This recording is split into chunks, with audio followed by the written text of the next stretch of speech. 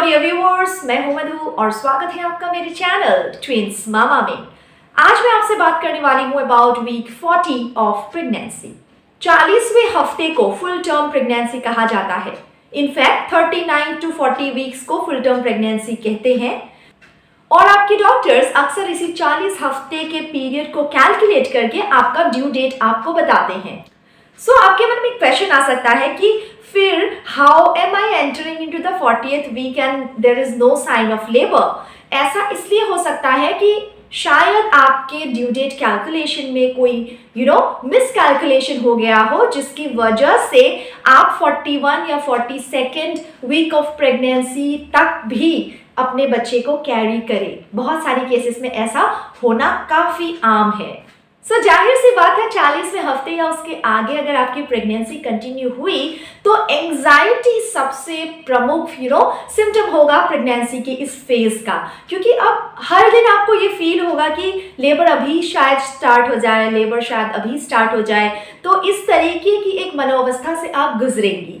इस दौरान आपका baby almost on average 20.2 inches का हो जाता है और आपके डॉक्टर्स बेबी की खैरियत मालूम करने के लिए बायोफिजिकल प्रोफाइल शेड्यूल कर सकते हैं। जैसा कि मैं पिछले हफ्तों में भी आपसे कह चुकी हूँ, बायोफिजिकल प्रोफाइल में डॉक्टर्स आपका अल्ट्रासाउंड स्कैन करने के साथ साथ एक नॉन स्ट्रेस टेस्ट भी करवाते हैं, जिसमें कि बेबी के हेल्थ स्टेटस का पता चलता है, ओवरऑल हेल्थ स्टेटस का। इसमें कई पैरामीटर्स होते हैं और उन पे बेस करके स्कोरिंग किया जाता है। स्कोरिंग अगर सही नहीं हुई तो डॉक्टर्स ये डिसाइड करते हैं कि it is the time to deliver the baby, और इसके लिए हो सकता है आपका लेबर इंड्यूस करवाया जाए या फिर कुछ केसेस में सी सेक्शन डिलीवरी प्लान की जाए।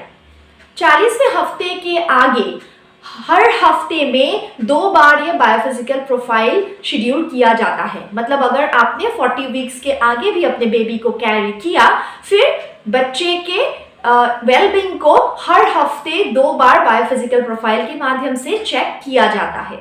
और एक माँ को भी डॉक्टर समझाते हैं कि उन्हें फीटल किक काउंट का बहुत अच्छे से ध्यान रखना चाहिए, क्योंकि लगता है अगर आपको कि बेबी के मूवमेंट्स कम हो गए हैं, then it is time to report it to your doctor. अगर सब कुछ सही रहा तो वेट एंड वॉच किया जाता है सो दैट लेबर अपने आप स्टार्ट, और अगर कुछ सही नहीं लगे डॉक्टर्स को, फिर जैसा मैंने कहा डिलीवरी प्लान की जाती है। इस दौरान काफी आम सी बात होती है कि मांसपेशियों में एक महिला को ऐंठन होती है, यानी कि उनको क्रैम्प्स होते हैं, खासकर काफ और हैमस्ट्रिंग्स मसल में। तो आप किसी से इन मसल्स को स्ट्रेच करवा सकती हैं, इससे आपको आराम मिलेगा, खासकर काफ मसल्स को। इसके अलावा भरपूर मात्रा में आपको पानी पीना चाहिए सो दैट क्रैम्प्स को आप प्रिवेंट कर पाएं।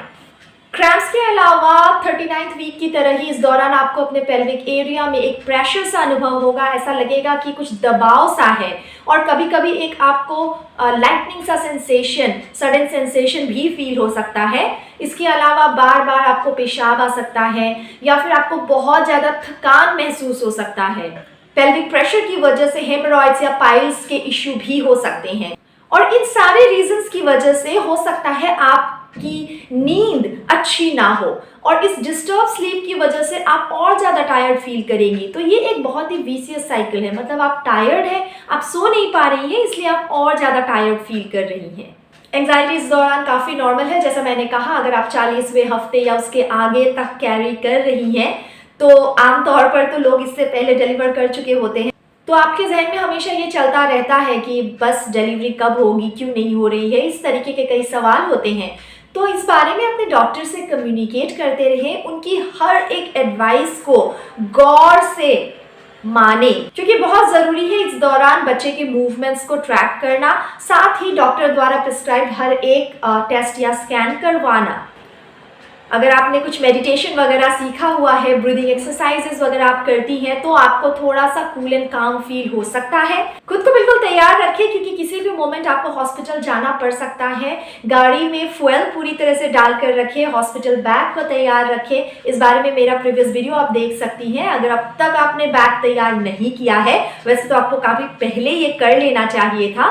और बस in a while you will be a mom. So मेरे पेरेंटिंग के वीडियोस को भी आप चेक कर सकती हैं। इसके लिए मेरे चैनल को सब्सक्राइब कर लीजिए अगर अब तक आपने ना किया हो। और thank you so much for watching my channel. See you soon. Till then take good care.